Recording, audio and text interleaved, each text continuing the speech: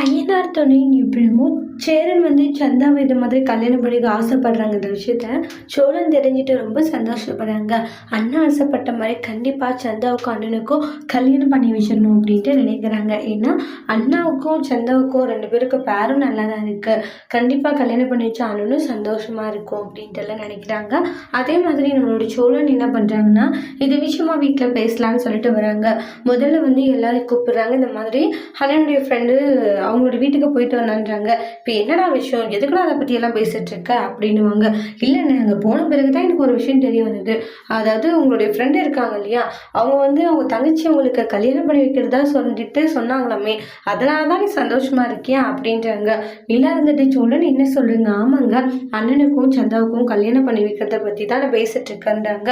ஏன்னா இந்த மாதிரி அவங்களோட தங்கச்சியை நம்மளுடைய அண்ணனுக்கு கல்யாணம் பண்ணி தரத்துல அவங்களுக்கு முழு சம்மதமா. அண்ணனுக்கும் சந்தாவும் கல்யாணம் பண்ணிக்கிறதுல ரொம்பவே சந்தோஷம். அதனால அண்ணனுக்கும் சந்தாவுக்கும் கல்யாணம் பண்ணி வைக்கலாம் பண்ணுவாங்க. கேட்டு எல்லாரும் ஷாக் ஆகுறாங்க. அடுத்து என்ன நடக்க போகுதுன்னு வெயிட் பண்ணி பார்க்கலாம். தேங்க்யூ.